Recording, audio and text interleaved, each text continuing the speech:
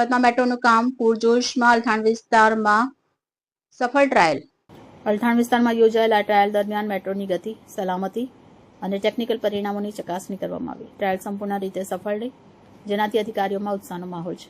હવે આગામી દિવસોમાં પ્રોજેક્ટને વહેલામાં વહેલી તકે પૂર્ણ કરવા માટે ઝડપી કામગીરી હાથ ધરવામાં આવશે.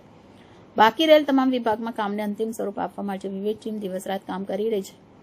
સુરત મેટ્રો શહેરના મુખ્ય વિસ્તારને જોડશે, જેમાં સરથાણા, મજૂરા, ઉધના, પીપલોદ અને અલથાણ જેવા વ્યસ્ત વિસ્તારનો સમાવેશ થાય છે.